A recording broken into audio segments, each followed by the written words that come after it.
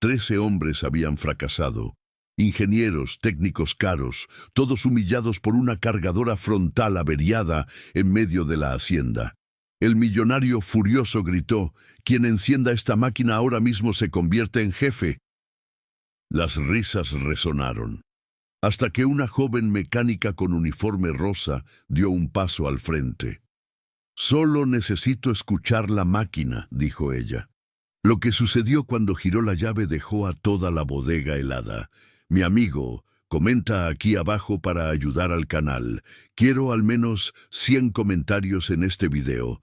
Dime qué máquina te gustaría ver en una próxima historia o qué tipo de historia quieres ver aquí en el canal. Tu opinión es muy importante. Voy a leer y responder todos los comentarios». El sol de marzo en Chihuahua castiga sin piedad las tierras del rancho Valle del Sol. Es uno de esos días en que el calor parece derretir hasta la paciencia de los hombres más ecuánimes. Y don José Armando Meneses, el temido El Tifón, definitivamente no era un hombre ecuánime en ese momento. A sus 62 años, aquel norteño de hombros anchos y cabello cano construyó un imperio en el agronegocio. 3,000 hectáreas de tierras productivas, flotas de máquinas que valían millones, silos que guardaban fortunas en granos. Pero en ese momento, toda su fortuna estimada en más de 100 millones de pesos no podía resolver un problema aparentemente simple: hacer que una cargadora frontal Volvo L120H volviera a la vida. La máquina estaba allí, imponente y silenciosa, como un dinosaurio de acero amarillo, dormida para siempre. 22 toneladas de equipo sueco de última generación, motor Volvo D7E de 6 cilindros y 230 caballos de fuerza, cucharón con capacidad para 3,5 MP3. Una belleza tecnológica que costó 940, 0 pesos, y que ahora no era más que un adorno caro, ocupando espacio en la bodega principal de la hacienda. 3 semanas, 21 días de agonía para el tifón. La cosecha de soya estaba siendo cargada manualmente, porque la cargadora frontal, responsable de mover toneladas de granos de los silos a los camiones de transporte, estaba muerta. Cada día parada representaba pérdidas de decenas de miles de pesos. Cada retraso irritaba a los compradores. Cada hora perdida corroía la reputación de la hacienda como una operación moderna y eficiente. El tifón había intentado de todo, absolutamente todo. 11 especialistas ya habían pasado por esa bodega, 11 técnicos certificados, algunos venidos de Chihuahua capital, otros de Monterrey, uno incluso de la Ciudad de México. Mecánicos que cobraban 500, 800, 1,500 pesos por hora de trabajo, hombres que llegaban con maletas de equipos electrónicos sofisticados, laptops conectados a la central de la máquina, herramientas importadas relucientes. El primero dijo que era un problema en el módulo de inyección electrónica, lo cambió, nada. El segundo juró que la transmisión Power Shift tenía el embrague quemado. Desmontó todo, nada. El tercero apostó por el sistema hidráulico, sustituyó válvulas, filtros, bomba, nada. El cuarto, quinto y sexto intentaron variaciones de los mismos diagnósticos. Cada uno cobró su fortuna. Cada uno se fue derrotado, dejando a el tifón más furioso y la máquina aún más desarmada. Piezas carísimas esparcidas, fluidos derramados, conectores desconectados. Cuando el GC técnico bajó de la cabina de la Volvo, sacudiendo la cabeza en señal de derrota, algo se rompió dentro del tifón. Estaba en la oficina principal cuando recibió la noticia, rodeado por sus 3 capataces, Geraldo Vargas, Ricardo Soares y don Antonio el Grandote, hombres que trabajaban con él desde hacía décadas, que conocían cada palmo de esas tierras. El tifón se levantó como un toro herido, derribando la silla de cuero legítimo. Sus ojos castaños, normalmente calculadores y fríos, ahora ardían con una mezcla de ira y desesperación. Cruzó el patio de la hacienda con pasos pesados, sus botas golpeando fuerte el suelo de piedra. Los peones que lo vieron pasar se apartaron instintivamente. Conocían esa mirada. Era la mirada de tormenta que precedía a sus explosiones. Llegó a la bodega principal, donde la Volvo L120H permanecía en el centro, rodeada de cajas de piezas, herramientas esparcidas y los 11 mecánicos que habían fallado. Algunos aún estaban allí recogiendo sus equipos con la cabeza baja. El olor a diésel, grasa y frustración impregnaba el aire. El tifón se detuvo en el centro de la bodega. Su voz, cuando salió, tenía esa cualidad grave y peligrosa que hacía temblar a hombres adultos. «¡Escuchen todos!», rugió, y el silencio se instaló instantáneamente. Hasta el viento pareció detenerse. Gasté más de 50,000 pesos en especialistas. 50,000 pesos y esta máquina sigue muerta. Señaló la cargadora frontal con un dedo grueso, tembloroso de ira. Mis abuelos construyeron esta hacienda con sus propias manos. Mi padre la transformó en un negocio lucrativo. Yo la llevé al siglo XX y ahora voy a perder contratos porque esta máquina no funciona. Los mecánicos miraban al suelo. Los empleados de la hacienda, cerca de 30 hombres que se habían reunido al escuchar los gritos, permanecían en respetuoso silencio. Geraldo, el capataz en jefe, un hombre de 58 años con bigote canoso y cara de pocos amigos, cruzó los brazos y observó. Fue entonces cuando el tifón tomó una decisión impulsiva, del tipo que rara vez tomaba. Su rostro, enrojecido por la ira, asumió una expresión casi desesperada. «Escuchen bien todos ustedes», gritó, y su voz resonó por las paredes de metal de la bodega. «Quien logre hacer funcionar esta cargadora frontal hoy, ahora mismo, en este momento, esa persona asumirá la gerencia de logística y maquinaria del rancho Valle del Sol». Un murmullo de sorpresa recorrió la multitud. La gerencia de logística era el segundo cargo más importante de la hacienda, justo debajo del propio El Tifón. Significaba un salario de 15,000 pesos al mes, casa en la propiedad, camioneta de servicio, participación en las ganancias. Era un cargo que los hombres pasaban décadas persiguiendo. No estoy bromeando. El tifón continuó golpeando la carrocería amarilla de la Volvo con un sonido metálico que hizo eco. Quien lo logre, no importa quién, peón, capataz, visitante, quien haga rugir esta máquina hoy será el nuevo gerente. El silencio que siguió era casi palpable. Los 11 mecánicos que habían fallado se miraron entre sí con expresiones entre la vergüenza y la incredulidad. Nadie se movió, nadie habló, hasta que una voz femenina, clara y firme, cortó el silencio como una cuchilla. «Me gustaría intentarlo, don Meneses». Todas las cabezas se giraron simultáneamente y allí, en la entrada lateral de la bodega, donde el sol de la tarde creaba un contraluz dorado, estaba ella.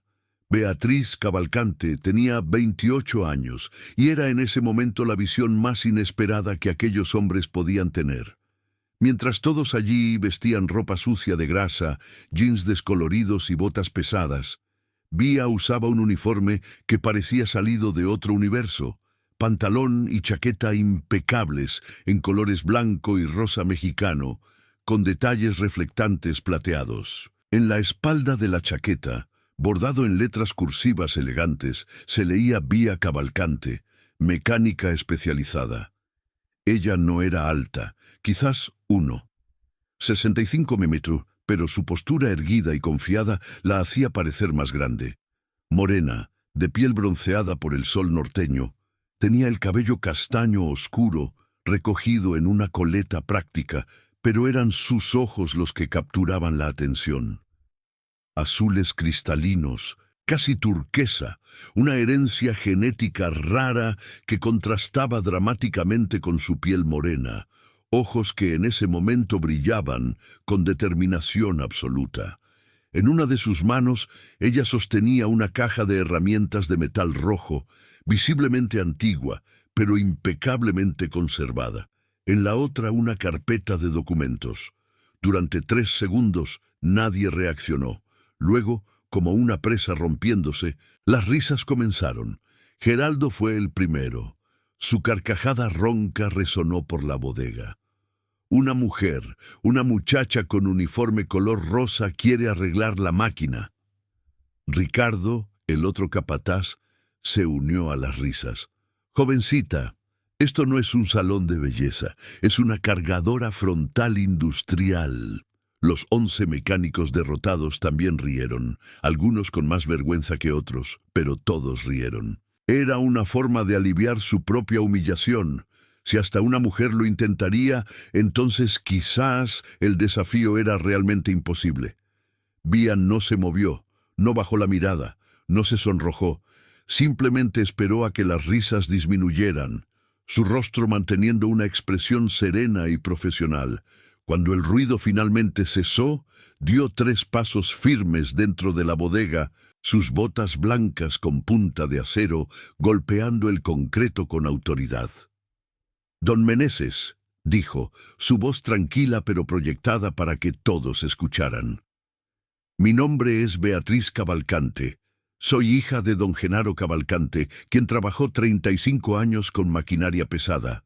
Crecí en talleres. Me gradué en mecatrónica industrial y en los últimos 6 años he reparado motores que otros especialistas declararon muertos».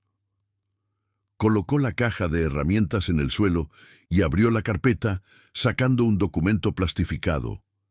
«Aquí está mi certificación de Volvo Construction Equipment, válida y actualizada. Tengo especialización en sistemas electrónicos integrados, diagnóstico de fallas en equipos de gran tamaño y mantenimiento preventivo». El tifón, que había permanecido en silencio chocado, parpadeó. Tomó el documento de sus manos y lo examinó. Era legítimo. Certificación oficial de Volvo con foto, firma, hologramas de seguridad. «¿Cómo usted?» comenzó confuso. «¿Cómo llegó aquí?» «Estoy en la región visitando haciendas y ranchos, ofreciendo servicios de consultoría en maquinaria», explicó Vía con voz firme. «Me detuve en un puesto en la entrada del pueblo. Mencionaron que usted tenía problemas con una Volvo L120H. Vine a ofrecer ayuda». Geraldo soltó un bufido de desprecio. «Patrón, con todo respeto, pero esto es ridículo. 11 especialistas no pudieron. ¿Qué va a hacer esta jovencita?» Vía se volvió hacia Geraldo y, por primera vez, un destello de algo peligroso cruzó sus ojos azules. «¿Qué voy a hacer?», dijo tranquilamente. «Es lo que su padre le debió haber enseñado. Escuchar la máquina antes de intentar adivinar el problema». El silencio volvió, esta vez más pesado. El tifón miró a Vía, luego a la Volvo y de nuevo a Vía. Algo en su postura, en la confianza absolutamente inquebrantable en sus ojos, lo conmovió. Quizás era desesperación, quizás curiosidad, quizás el hecho de que literalmente no tenía nada que perder. «¿Cuánto tiempo necesita?», preguntó. «15 minutos para un diagnóstico completo», respondió Vía sin dudar. «Si identifico el problema, 30 minutos más para resolverlo». Más risas nerviosas. 45 minutos. Los especialistas habían tardado días. El tifón miró su reloj. Eran las 3:40 de la tarde. El sol comenzaría a bajar en unas horas. «Tiene hasta las 4:30», dijo, su voz volviendo al tono de mando. 45 minutos. Si lo logra, el puesto es suyo. Si no lo logra...» Hizo una pausa. «Bueno, no será la primera en fracasar». Vía asintió una vez, tomó su caja de herramientas y caminó hacia la Volvo L120H, con pasos firmes y decididos. Y mientras ella caminaba, el contraste era casi surreal. Aquella mujer pequeña, en su uniforme blanco y rosa mexicano, inmaculado y brillante, acercándose a aquella bestia amarilla de 22 toneladas, sucia, desarmada, derrotada por 11 hombres.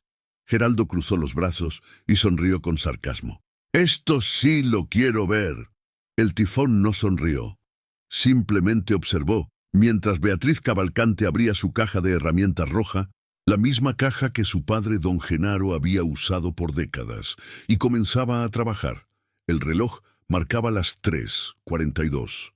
La cuenta regresiva había comenzado. Beatriz Cavalcante no corrió, no mostró prisa. Caminó hacia la cargadora frontal Volvo L120H, y esto, de alguna manera, irritó aún más a los hombres a su alrededor. Geraldo se volvió hacia Ricardo y murmuró lo suficientemente alto para que todos escucharan. 15 minutos. Apuesto a que en 5 se rinde y se inventa una excusa. Ricardo soltó una risa seca. Yo le doy 3 minutos. Va a ver ese motor y se dará cuenta de que está fuera de su liga. Los 11 mecánicos derrotados se posicionaron en semicírculo, algunos sentados en cajones, otros apoyados en las paredes de la bodega. Era como si estuvieran esperando un espectáculo cómico, un entretenimiento para aliviar la vergüenza de haber fallado. Al final, si una mujer con uniforme rosa también fallaba, entonces el problema era realmente imposible, ¿no es así? El tifón permaneció de pie, con los brazos cruzados, la mandíbula tensa. Miró su reloj de pulsera, un pesado Rolex en su muñeca bronceada. 3:43. Quedaban 44 minutos. Vía colocó su caja de herramientas en el suelo junto a la máquina gigantesca. Entonces hizo algo que nadie esperaba.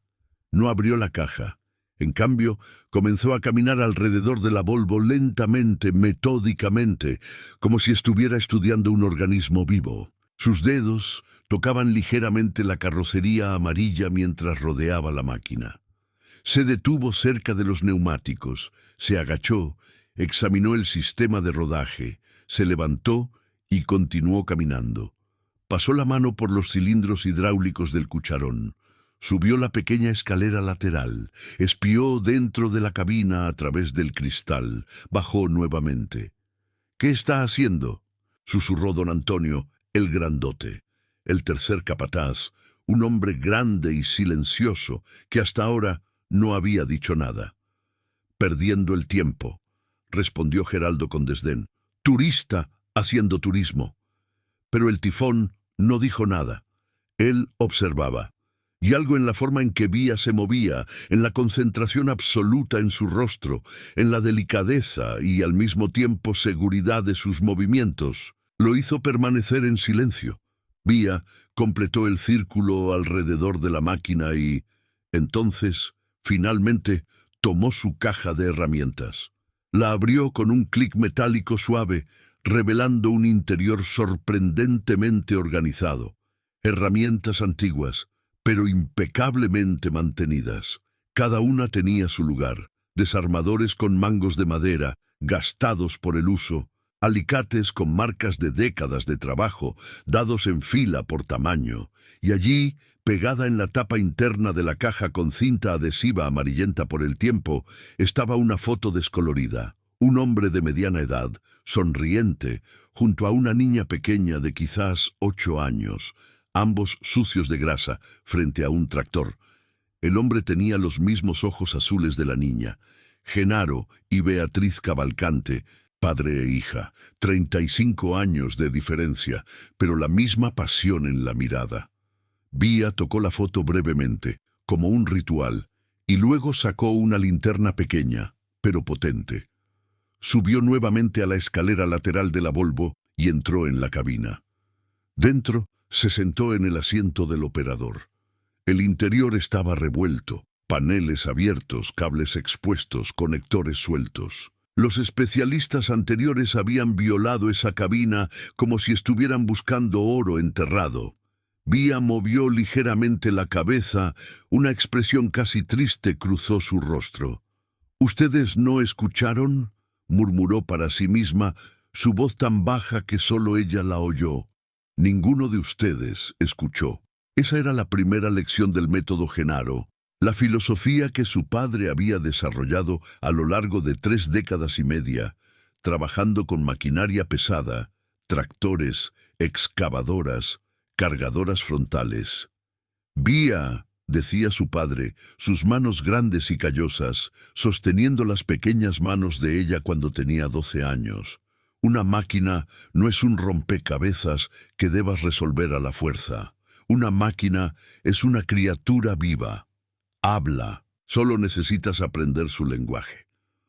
¿Cómo, papá?, había preguntado ella esa tarde distante, sentados ambos en el suelo frío de un taller. ¿Escuchas?, había respondido Genaro, tocándole el pecho sobre el corazón. Aquí sientes la vibración. Prestas atención al silencio, porque a veces, hija, lo que la máquina no hace es más importante que lo que hace. Vía cerró los ojos dentro de la cabina, respiró hondo. El olor era familiar. Diésel, goma caliente, plástico de los paneles, metal, olor a taller, olor a casa. Entonces abrió los ojos y comenzó a trabajar. Primero reconectó todos los conectores que los mecánicos anteriores habían dejado sueltos, cada uno en su lugar correcto. Ella conocía ese modelo Volvo L120H, generación de 2019, sistema electrónico CAREC integrado, computadora de a bordo Volvo Copilot, motor turbodiesel D7E, con sistema de inyección Common Rail de alta presión. Mientras trabajaba, podía escuchar las conversaciones afuera. La bodega tenía buena acústica y las voces de los hombres se escuchaban fácilmente. 7 minutos ya, dijo Geraldo claramente aburrido. Está ahí adentro jugando a ser conductora. Déjala, respondió uno de los mecánicos derrotados, un hombre gordo de Tepic que había cobrado 2,000 pesos y pasado un día entero desarmando la transmisión. Cuanto más tarde, menos ridículos quedamos nosotros. Risas, siempre risas. Vía apretó los labios, pero no dejó de trabajar.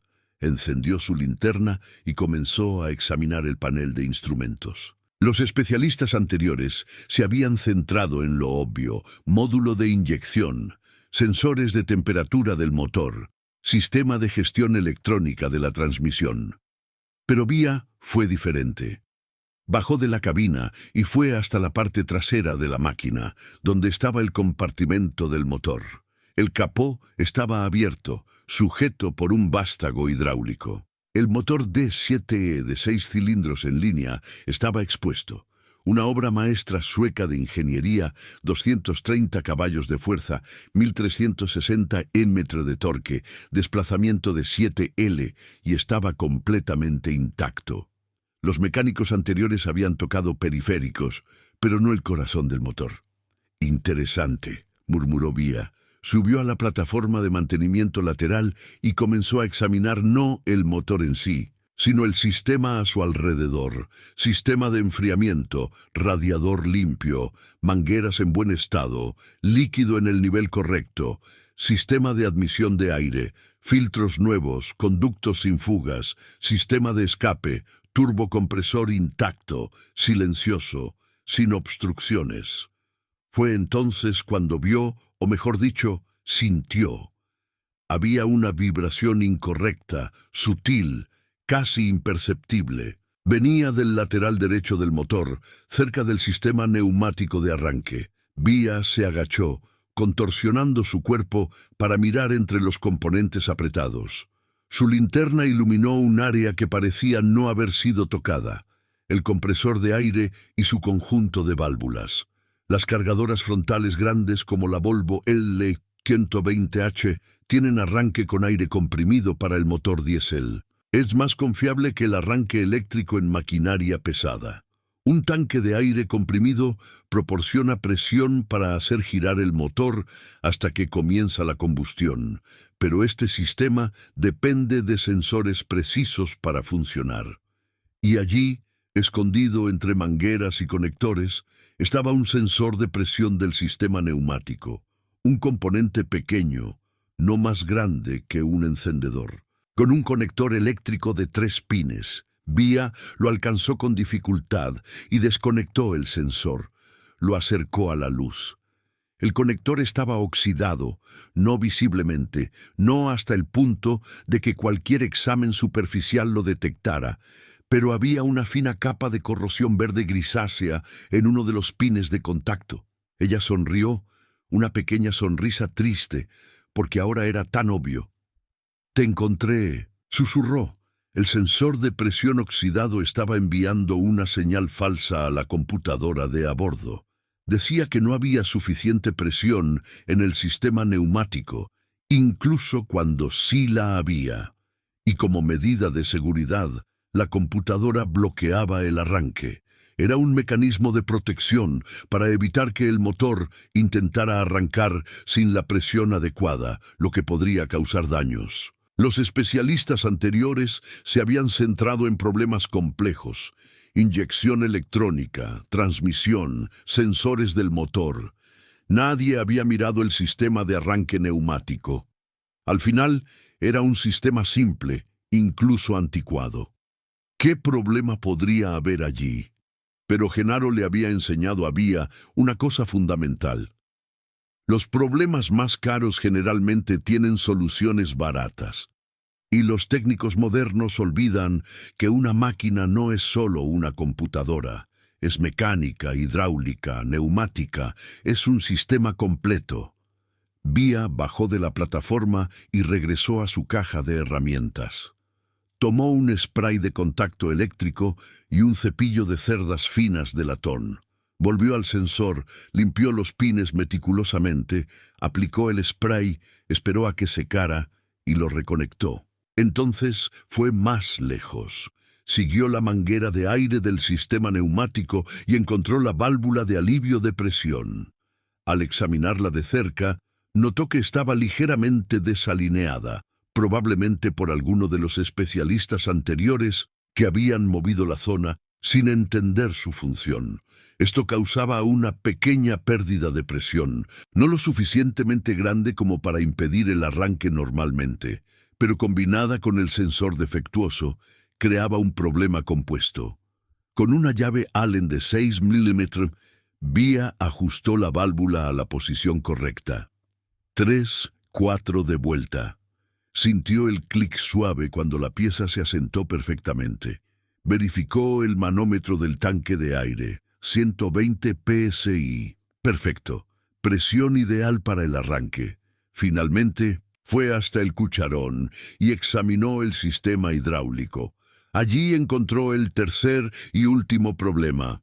Una manguera de retorno de aceite hidráulico estaba doblada, no completamente obstruida, pero estrangulada.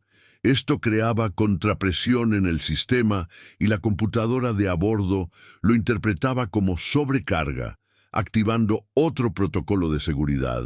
Vía desató la manguera de los clips que la sujetaban incorrectamente. La reposicionó en el camino correcto, la sujetó adecuadamente. El flujo de aceite ahora sería libre. 3 problemas: pequeños, interconectados, invisibles para quien buscaba fallas catastróficas. Vía miró el reloj en la pared de la bodega. Eran las 4:11, 26 minutos desde que había comenzado, 9 minutos restantes del plazo de diagnóstico que ella había prometido. Respiró hondo y salió de detrás de la máquina. Afuera, los hombres estaban claramente aburridos. Algunos se habían sentado en el suelo, otros fumaban. Geraldo miraba su celular. El tifón era el único que seguía en posición de atención, pero incluso él parecía cansado. Cuando Vía apareció caminando alrededor de la Volvo, su uniforme blanco y rosa, ahora manchado de grasa en las rodillas y codos, hubo un renovado interés. Entonces, Geraldo la llamó, su voz cargada de sarcasmo. ¿Descubrió que es demasiado difícil para usted? Vía lo ignoró por completo. Caminó directamente hacia don Meneses y lo miró a los ojos. «Don Meneses», dijo, su voz firme y clara. «Encontré el problema. En realidad, 3 problemas pequeños trabajando juntos.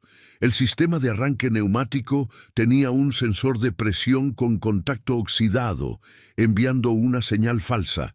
La válvula de alivio estaba desalineada, causando pérdida de presión, y una manguera hidráulica estaba estrangulada, creando contrapresión. La computadora de a bordo entró en modo de protección y bloqueó el arranque. Hizo una pausa, dejando que la información se asimilara. Los especialistas anteriores buscaron problemas grandes. Nadie miró el sistema de arranque porque es considerado demasiado simple, pero a veces el problema no está donde parece obvio. El tifón la encaró. ¿Corrigió esos problemas? Sí, señor. Limpié el sensor, ajusté la válvula, reposicioné la manguera. La máquina está lista para arrancar. Silencio absoluto. Entonces Geraldo soltó una carcajada alta y desagradable. ¿Lista para arrancar? Jovencita, 11 especialistas tocaron esta máquina y usted cree que con una limpiadita de sensor la va a hacer funcionar. Ricardo se unió. Esto es ridículo. ¿Sensor de presión? Tenemos técnicos con 20 años de experiencia aquí. Uno de los mecánicos derrotados, el de Tepic, se levantó. Señorita, con todo respeto, pero el módulo de inyección de esta máquina está defectuoso. Yo mismo lo probé. No es ningún sensor.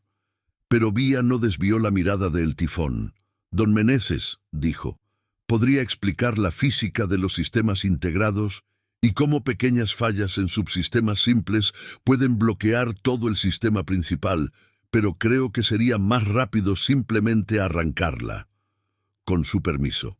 El hacendado la miró, miró la máquina, miró a los hombres a su alrededor, todos con expresiones entre la incredulidad y la diversión. «Puede intentarlo», dijo finalmente, su voz ronca. Vía asintió con la cabeza y caminó hasta la cabina. Subió los escalones de metal, se sentó en el asiento del operador, ajustó el cinturón de seguridad. Los hombres se acercaron, formando un semicírculo frente a la máquina. Algunos aún reían, otros observaban con curiosidad mórbida. Geraldo cruzó los brazos con una expresión de «se los dije». Vía puso la mano en la llave de encendido. Su mano no tembló. Su corazón latía rápido, sí, pero sus manos eran firmes. Pensó en su padre. Pensó en todas las veces que la llevó a talleres cuando era niña. Pensó en su expresión cuando ella reparó su primer motor sola a los 15 años. «Papá», susurró tan bajo que nadie más que ella oyó. «Deja que este motor arranque por ti». Y giró la llave. Durante 2 segundos, nada sucedió. Solo el clic del sistema eléctrico encendiéndose, el suave zumbido de la computadora de a bordo, inicializándose. Geraldo comenzó a sonreír. Ricardo negó con la cabeza.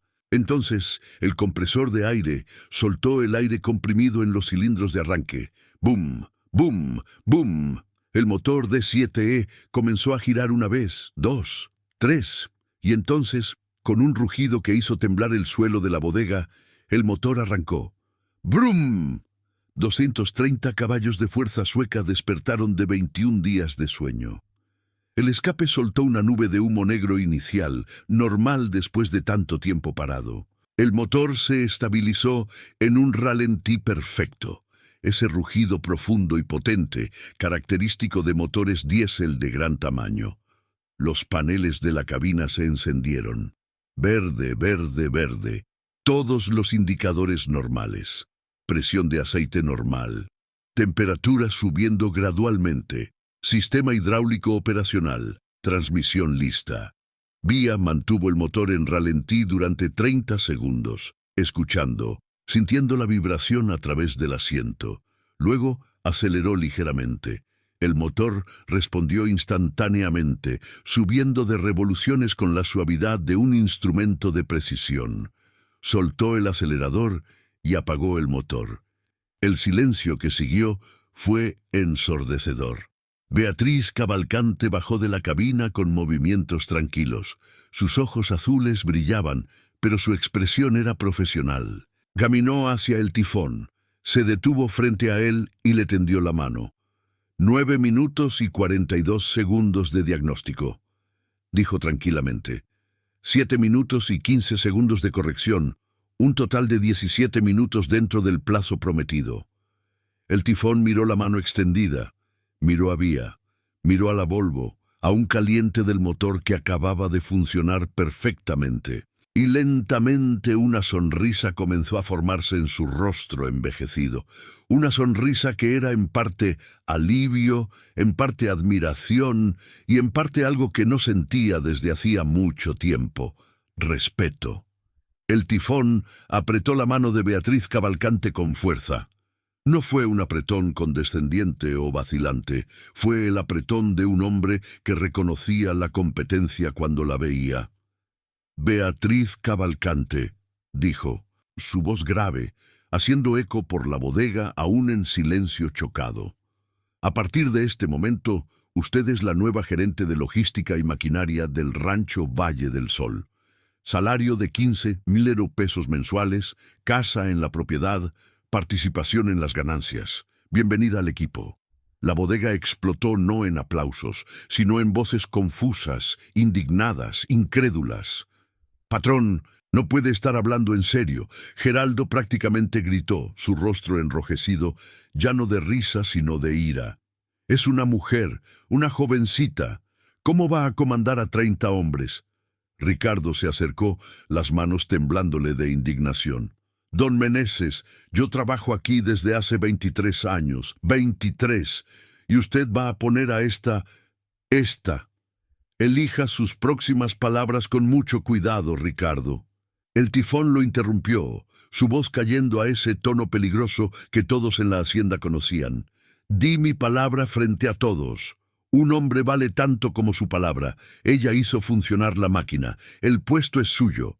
«Pero, patrón», comenzó Geraldo, «se acabó la conversación».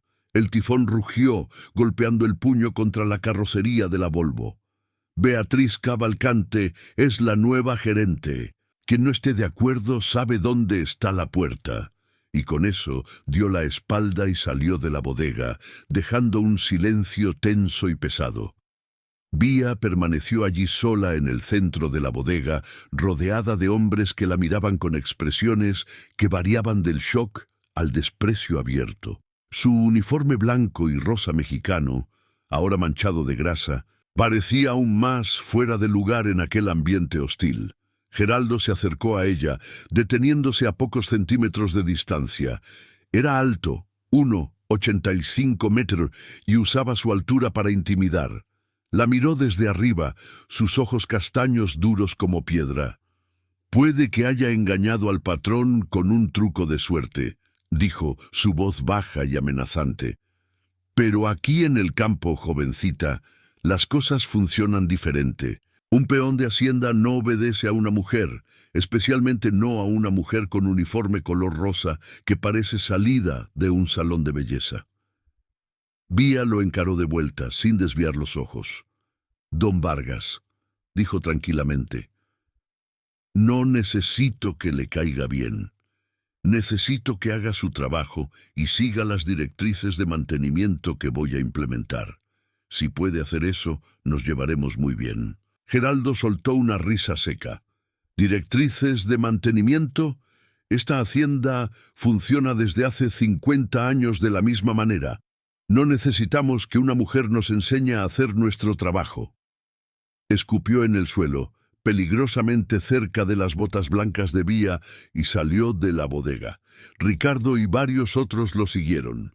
En pocos minutos, Vía estaba sola con su caja de herramientas roja y una Volvo L120H funcionando perfectamente. Respiró hondo, sintiendo el peso del momento. Su padre le había advertido sobre esto. «Vía», le había dicho Genaro años atrás, «cuando demuestres que eres buena, los hombres tendrán dos reacciones. Algunos te respetarán, otros te odiarán, exactamente porque eres buena, porque tu competencia expone su mediocridad». «¿Y qué hago con los que me odian, papá?», había preguntado ella. «Sigue siendo buena», había respondido él, sonriendo. «La competencia no necesita aprobación. La competencia es su propia recompensa». Vía cerró su caja de herramientas y salió de la bodega. Tenía trabajo que hacer. Los primeros días fueron brutales. El tifón le asignó a Vía una casa pequeña pero cómoda en la propiedad a 300 metros de la sede principal. 2 cuartos, cocina, baño, balcón con vista a los campos de soya. Ella se mudó con sus pocas cosas: ropa, herramientas, libros técnicos y la foto enmarcada de su padre. El lunes siguiente convocó una reunión con todo el equipo de mantenimiento y logística. 15 hombres asistieron, pero era obvio por el lenguaje corporal que ninguno estaba allí por voluntad propia. Se sentaban de brazos cruzados, miradas duras, posturas defensivas. Vía entró en la sala de reuniones, vistiendo su uniforme blanco y rosa mexicano impecable. Tenía una carpeta bajo el brazo y una expresión profesional en el rostro. Proyectó en la pared un documento que había preparado durante el fin de semana. Programa de mantenimiento preventivo integrado, Rancho Valle del Sol. «Buenos días», comenzó su voz firme. «Analicé los registros de mantenimiento de los últimos 3 años. Tenemos 18 piezas de maquinaria pesada en esta hacienda. 3 tractores John Deere, 2 New Holland, la Volvo L120H, 2 cosechadoras Case, 4 implementos agrícolas motorizados y 6 vehículos de apoyo. El valor total de esta flota es de aproximadamente 8 millones de pesos». Hizo clic para el siguiente slide. En los últimos 3 años, gastamos un promedio de 420 pesos anuales en mantenimiento correctivo. Esto significa que esperamos a que las máquinas se rompan para luego repararlas. Este modelo es ineficiente y caro. Así es como siempre ha funcionado, refunfuñó Geraldo desde el fondo de la sala. Y funcionó bien durante décadas. ¿Funcionó? Vía asintió volviéndose hacia él. Hasta que la Volvo estuvo parada por 3 semanas y le costó a la hacienda más de 200,000 pesos en retrasos y contratos perdidos. Esto podría haberse evitado con una inspección mensual básica que habría costado 300 pesos. Silencio. Ella continuó. Voy a implementar un sistema de mantenimiento preventivo. Cada máquina tendrá una agenda de inspecciones semanales, mensuales y trimestrales. Crearemos fichas técnicas individuales. Entrenaremos a todos para identificar señales tempranas de problemas y reduciremos nuestros costos de mantenimiento en al menos un 30% en el primer año. ¿Y cómo pretende hacer eso?, preguntó Ricardo, su tono cargado de sarcasmo. Va a enseñar mecánica a todo el mundo. Va a transformar a los peones en técnicos especializados. Exactamente eso. Vía respondió sin dudar. Todos los sábados por la mañana, 2 horas de capacitación obligatoria. Les enseñaré lo básico. Cómo escuchar una vibración anormal, cómo identificar fugas, cómo verificar los niveles de fluidos correctamente. No voy a transformar a nadie en un mecánico certificado, pero les daré las herramientas para que los problemas pequeños no se conviertan en catastróficos. La sala explotó en murmullos indignados. ¿Capacitación los sábados? ¿Aprender con una mujer? Esto era inaceptable, pero el tifón le había dado autoridad total a Vía, y cuando Geraldo intentó recurrir al patrón, recibió una respuesta corta y tajante. Ella es la gerente, o sigue sus órdenes o busca otro empleo. Entonces los hombres comenzaron una resistencia pasiva. Llegaban tarde a las capacitaciones, hacían las inspecciones de forma descuidada, ignoraban las orientaciones de Vía. Cuando ella daba una orden la hacían, pero de la manera más perezosa posible. Geraldo era el peor. Desafiaba cada decisión. Cuestionaba cada procedimiento, se burlaba abiertamente del uniforme de princesa de Vía. Cuando ella pedía informes, él entregaba garabatos ilegibles. Cuando ella programaba inspecciones, él olvidaba aparecer. Vía no se quejó con el tifón, no pidió ayuda, simplemente continuó trabajando. Llegaba a las 5 de la mañana, inspeccionaba las máquinas personalmente. Creaba los informes que los hombres se negaban a hacer, enseñaba a quien quisiera aprender, y algunos de los más jóvenes secretamente comenzaron a prestar atención. 3 semanas pasaron así. 3 semanas de tensión, hostilidad velada y una guerra fría no declarada entre Vía y los veteranos de la hacienda. Hasta que llegó la tormenta. Era un martes de abril. El cielo había amanecido con ese color gris amarillento que todo norteño reconoce. Venía un temporal pesado. La radio alertaba sobre lluvias intensas en la región, vientos de hasta 80 km/h, posibilidad de granizo. El tifón ordenó que todos los equipos fueran recogidos, que las lonas de los silos fueran reforzadas, que el ganado fuera llevado a áreas protegidas. La hacienda entró en modo de emergencia. La lluvia comenzó al mediodía y no fue una lluvia común, fue un diluvio. Cortinas de agua cayendo con violencia, transformando caminos de terracería en ríos, llenando canales de drenaje hasta desbordarse. A las 3 de la tarde, uno de los trabajadores llegó corriendo a la sede, empapado y desesperado. «¡Don Meneses!», gritó. El drenaje principal del silo 3 se atascó. El agua está subiendo. Si continúa así, inundará el silo. El silo 3 guardaba 2,00 toneladas de soya, 200,000 pesos en granos. Si el agua entraba allí, todo se perdería. El tifón, Geraldo, Ricardo, Vía y otros corrieron hasta el lugar. La escena era aterradora. El canal de drenaje, normalmente un curso de agua ordenado y controlado, estaba completamente obstruido por ramas, lodo y escombros traídos por la crecida. El agua había formado una laguna que crecía rápidamente, ya lamiendo la base del silo de concreto. «Necesitamos abrir una zanja de desvío», Geraldo gritó sobre el ruido de la lluvia. «Desviar el agua hacia el campo sur, la cargadora frontal», Ricardo señaló. «Podemos usar la Volvo para abrir la zanja». Pero Geraldo sacudió la cabeza, el agua escurriéndole del sombrero. «El terreno está empapado. La máquina se va a atascar, y con ese lodo pesado, el esfuerzo quemará la transmisión. Perderemos la máquina y la cosecha». «Entonces, ¿qué hacemos?». El tifón rugió, su voz ronca de desesperación. «Nos quedamos aquí viendo cómo 3 millones de pesos se convierten en lodo». Fue entonces cuando Vía habló. Su voz era tranquila, pero llevaba una autoridad que hizo que todos se voltearan. «Yo puedo hacer esto». Geraldo la miró como si se hubiera vuelto loca. «Usted, jovencita, apenas ha operado esa máquina. Esto no es teclear en una computadora. Son 300 caballos de fuerza luchando contra toneladas de lodo. ¿Va a volcar la máquina o se va a atascar?». La Volvo L120H tiene tracción en las 4 ruedas, sistema de distribución de peso dinámico y transmisión Power Shift de 5 velocidades. Vía respondió, secándose el agua del rostro. «Si uso la segunda marcha, controlo el acelerador y trabajo en ángulos de 45 meses para no sobrecargar un lado. Puedo abrir la zanja sin atascarme».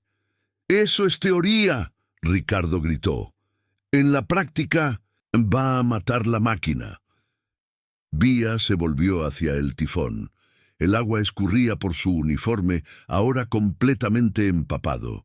Sus ojos azules brillaban con determinación absoluta. «Don Meneses», dijo, «yo no dejo morir máquinas y tampoco voy a dejar que su cosecha se muera. Deme la llave». El tifón la miró. Durante 3 segundos dudó. Luego sacó el llavero de su bolsillo y lo puso en la mano extendida de Vía. «Tiene 1 hora antes de que el agua llegue a la base del silo», dijo simplemente. Vía asintió con la cabeza y corrió hasta la bodega donde la Volvo estaba estacionada. 10 minutos después, el rugido del motor D7E resonó por la tormenta. La cargadora frontal amarilla emergió de la bodega. Sus faros, cortando la cortina de lluvia con Beatriz Cavalcante a los mandos, condujo la máquina hasta la zona empapada. Los hombres observaban, algunos con miedo, otros con la expectativa mórbida de verla fallar. La Volvo pesaba 22 toneladas, pero el terreno era traicionero. Lodo viscoso lo cubría todo. Vía detuvo la máquina, evaluó el terreno y luego comenzó a trabajar. No atacó directamente. En cambio, hizo lo que su padre le había enseñado sobre operar en terreno difícil. Trabajó en capas. Primero usó el cucharón para remover la capa superficial de lodo, exponiendo el suelo más firme abajo. Luego avanzó la máquina en ángulo, distribuyendo el peso, evitando los puntos más blandos. La lluvia golpeaba fuertemente la cabina. Los limpiaparabrisas luchaban por mantener la visibilidad.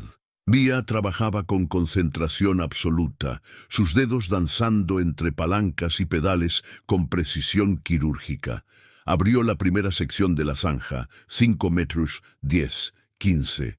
La Volvo rugía, la transmisión trabajando duro, pero dentro de los límites. Vía podía sentir la máquina a través del asiento, a través del volante. Cada vibración contaba una historia y ella escuchaba. Cuando la rueda trasera izquierda comenzó a patinar, ella inmediatamente alivió el acelerador, redistribuyó el peso, moviendo el cucharón. Encontró tracción nuevamente. Cuando el motor comenzó a calentarse por el esfuerzo, hizo una pausa de 30 segundos, dejó que se estabilizara. Continuó 20 metros, 30, 40. Los hombres observaban en silencio, impresionados. Incluso Geraldo había dejado de hablar, su boca ligeramente abierta, mientras veía a aquella mujer de uniforme rosa mexicano, operando 22 toneladas de máquina sueca, con la habilidad de un piloto con décadas de experiencia. 50 m. El agua comenzó a fluir por la nueva zanja. Primero un hilo, luego un río. La presión sobre el silo 3 disminuyó. La laguna comenzó a drenar. Vía completó la zanja de 62 metros de largo, 5 metros de profundidad.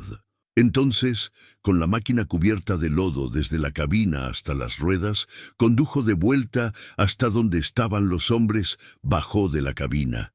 Estaba empapada, cubierta de lodo, su uniforme blanco y rosa, ahora marrón oscuro, pero sus ojos azules brillaban de triunfo. Caminó hasta Geraldo y se detuvo frente a él. «La máquina está intacta», dijo tranquilamente. «Transmisión fría, motor estable, ningún daño y la cosecha está salvada».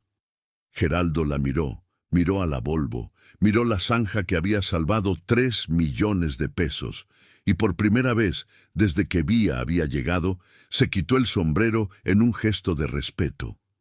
«Es usted buena», dijo, las palabras saliendo con dificultad. «Muy buena». Ricardo se acercó, extendiendo la mano. «Estaba equivocado, completamente equivocado. Disculpe». Uno por uno, los hombres que se habían burlado, resistido, boicoteado, se acercaron. Algunos le estrecharon la mano, otros solo asintieron respetuosamente, pero todos entendieron. Beatriz Cavalcante ya no era la jovencita de uniforme rosa, ella era su gerente. La tormenta pasó, pero dejó algo más allá de tierra mojada y una zanja abierta. Dejó un cambio profundo en el alma del rancho Valle del Sol.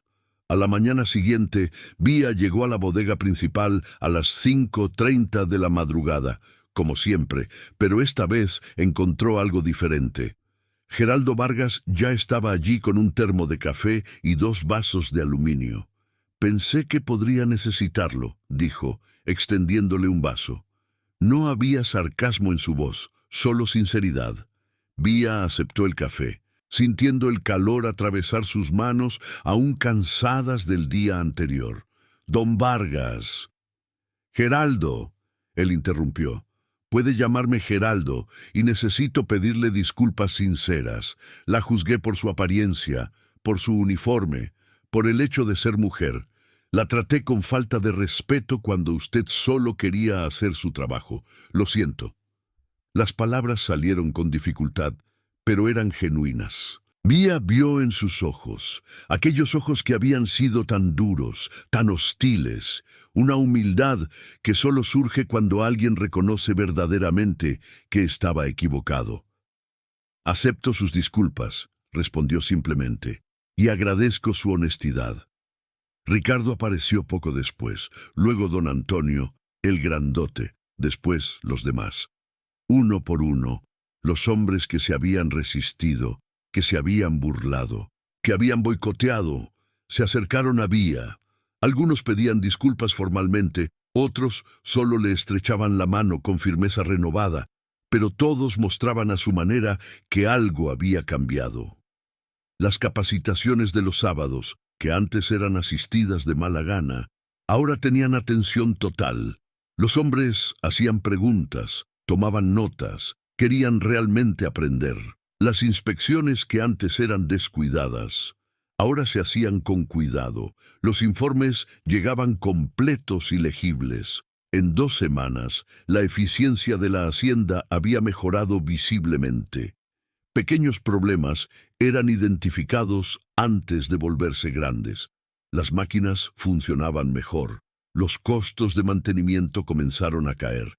Pero fue una tarde de viernes, 3 semanas después de la tormenta, que todo cambió nuevamente.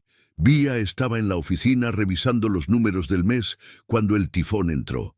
No tocó a la puerta, no pidió permiso, simplemente entró y se sentó pesadamente en la silla frente a su escritorio. «Beatriz», dijo, y había algo diferente en su voz, algo más suave. «Necesito contarle algo». Vía levantó los ojos de los papeles. El tifón miró sus propias manos grandes y callosas. «Tuve una hija, Ana Paula. Hoy tendría 32 años. Hizo una pausa, respiró hondo. Murió a los 17. Accidente automovilístico, conductor ebrio». Vía sintió que se le oprimía el corazón. «Don Meneses, lo siento mucho». «Ella quería estudiar ingeniería mecánica», continuó, la voz embargada. «Adoraba las máquinas. Pasaba horas aquí en la bodega conmigo, haciendo preguntas, queriendo aprender, y yo la mandaba a cuidar cosas de mujeres. Decía que la mecánica no era lugar para una jovencita». Lágrimas rodaron por su rostro envejecido. «Cuando ella murió, me di cuenta de que nunca le di la oportunidad de ser quien quería ser». Miró a Vía, sus ojos rojos. «Cuando usted llegó aquí con ese uniforme, esa confianza, ese talento, fue como si mi Ana hubiera regresado, como si Dios me estuviera dando una segunda oportunidad de hacer lo correcto, de apoyar a una mujer que ama la mecánica en lugar de impedírselo». Vía sintió que se le humedecían los ojos. «Usted me recuerda a ella todos los días», dijo él, la voz quebrándose. «Y me recuerda al padre que pude haber sido, al padre que debí haber sido». Permanecieron en silencio por un largo momento. Entonces Vía hizo algo instintivo. Se levantó, caminó alrededor de la mesa y abrazó a aquel hombre que había perdido tanto. «Su Ana Paula estaría orgullosa de usted», susurró, «porque usted está honrando su memoria haciendo lo correcto». Fue en ese abrazo, en ese momento de vulnerabilidad compartida, que nació una idea. Una semana después, Vía presentó una propuesta formal a El Tifón. «¿Cuántas jóvenes como yo existen en esta región?», preguntó señalando gráficos que había preparado. «¿Cuántos talentos se están desperdiciando porque nadie da oportunidad? Yo tuve suerte, mi padre me enseñó. Pero, ¿y los demás?». Abrió una presentación en la computadora. «Quiero crear un centro de capacitación aquí en la hacienda, Centro Genaro Cavalcante, en honor a mi padre. Un lugar donde jóvenes, hombres y mujeres puedan aprender mecánica de maquinaria pesada gratis, sin prejuicios, solo talento y ganas de aprender». El Tifón estudió los números: costo inicial, mantenimiento, instructores, material didáctico. No era barato. «¿Cuánto necesita?», preguntó. 200,000 pesos para empezar, 300,000 pesos en los primeros 2 años. Tiene 500,000 pesos, dijo sin dudar, y mi apoyo total, vamos a hacer esto bien. El Centro de Capacitación Genaro Cavalcante abrió sus puertas 3 meses después. Vía seleccionó personalmente a los primeros 5 alumnos. Mariana Silva, 19 años, que limpiaba las oficinas de la hacienda, pero siempre observaba a los mecánicos trabajar. Tiago Ferreira, 21 años, ayudante de campo que tenía talento natural, pero ninguna educación formal. Julia Ramos, 23 años, desempleada con preparatoria completa y ganas de aprender. Carlos Enrique, 18 años, hijo de un pequeño agricultor, fascinado por los tractores desde niño. Ana Beatriz, 22 años, que había intentado entrar en 5 talleres y había sido rechazada en todos por ser mujer. Vía enseñó el método Genaro: escuchar la máquina, sentir la vibración, respetar la lógica del metal. Geraldo, Ricardo y otros veteranos de la hacienda se ofrecieron como voluntarios para asistentes, transmitiendo décadas de experiencia práctica. 3 meses de curso intensivo. Teoría por la mañana, práctica por la tarde, motores desarmados y reensamblados, sistemas hidráulicos, electrónicos, neumáticos, diagnóstico, reparación, mantenimiento preventivo. Cuando un representante de Volvo Construction Equipment visitó la hacienda para hacer una inspección de rutina de la flota, encontró a Vía enseñando a la clase a diagnosticar un problema en el sistema de inyección de un tractor John Deere 666 Conquest 45AK, solo por el sonido del motor. Él observó durante 40 minutos, luego pidió hablar con don Meneses y Vía en privado. Nunca había visto nada así, dijo, aún impresionado. El nivel de conocimiento, la didáctica, la pasión, están creando algo especial aquí. Y les hizo una propuesta. Volvo patrocinaría el centro oficialmente, proporcionaría equipos, material didáctico, certificación reconocida internacionalmente. A cambio, el centro Genaro Cavalcante se convertiría en un polo de excelencia de la marca en el norte de México. Vía miró a El Tifón. Él sonrió, esa sonrisa de padre orgulloso. «Acepto», dijo ella, «en nombre de mi padre y de Ana Paula». La tarde de octubre, en Chihuahua, tenía ese dorado especial que solo las llanuras del norte conocen. El sol bajaba despacio sobre los campos infinitos del rancho Valle del Sol, tiñendo todo de ámbar y miel. El viento traía el olor a tierra buena, a grasa de máquinas bien cuidadas, y algo nuevo, esperanza. El centro de capacitación Genaro Cavalcante ya no era esa bodega adaptada de los primeros meses. Ahora ocupaba un edificio propio de 3,000 metros, aulas climatizadas, taller equipado con tecnología de punta, biblioteca técnica, hasta dormitorios para alumnos de otras regiones. La fachada ostentaba orgullosamente el logo de Volvo Construction Equipment, junto al nombre del centro. En esa tarde específica se llevaba a cabo la graduación de la tercera generación. 15 alumnos, 8 mujeres y 7 hombres, recibiendo sus certificados. Pero la emoción real estaba en otro lugar. En la primera fila de sillas, vistiendo uniformes impecables de talleres y concesionarias, estaban los graduados de la primera generación. Mariana Silva, ahora con 22 años, usaba el uniforme azul de la concesionaria Tratorbras en Chihuahua capital, donde trabajaba como mecánica senior. Ella había sido la primera alumna de Vía, aquella joven tímida que limpiaba oficinas. Hoy reparaba motores de máquinas que costaban millones. Tiago Ferreira había abierto su propio taller móvil, atendiendo a pequeños agricultores de la región. Su negocio prosperaba. Julia Ramos trabajaba en el mantenimiento de la flota de una transportadora en Torreón. Carlos Enrique había regresado a la propiedad de su padre y triplicado la productividad a través de un mantenimiento preventivo adecuado. Y Ana Beatriz, aquella que había sido rechazada en 5 talleres por ser mujer, ahora era instructora asistente en el propio Centro Genaro Cavalcante, enseñando a la nueva generación. Vía estaba en el escenario improvisado del patio, usando su uniforme blanco y rosa mexicano, ahora un símbolo reconocido en toda la región norte. Ella entregaba los certificados uno por uno, abrazando a cada graduado, susurrando palabras de aliento. Cuando todos habían recibido sus diplomas, tomó el micrófono. Hace 2 años y medio. Su voz resonó por el patio lleno. Llegué a esta hacienda como una extraña. Muchos se rieron de mi uniforme, dudaron de mi capacidad, me juzgaron por mi apariencia. Hizo una pausa, mirando a Geraldo y Ricardo en la audiencia. Ambos sonrieron con afecto genuino, y entiendo por qué, porque yo era diferente y lo diferente asusta.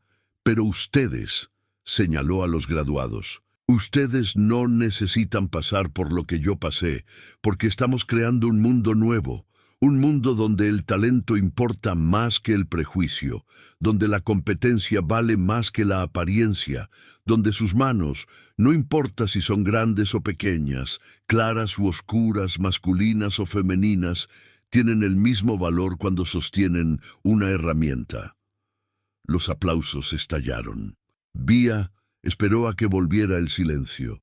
Mi padre, Genaro Cavalcante, me enseñó que una máquina es una criatura viva, que habla si sabes escuchar. Pero me enseñó algo más importante, que el respeto no se pide, el respeto se conquista. Un motor a la vez, un diagnóstico a la vez, un trabajo bien hecho a la vez.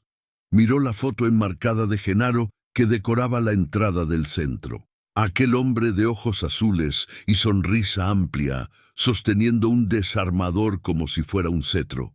«Papá», dijo, su voz embargándose ligeramente, «esto es por ti y por todos los padres y madres que enseñaron a sus hijos a amar el trabajo honesto, por todos los que creyeron cuando otros dudaron». Don Meneses estaba en la primera fila, y cuando Vía lo miró, vio lágrimas rodando libremente por el rostro envejecido de aquel hombre. Él había cambiado profundamente en esos 2 años y medio.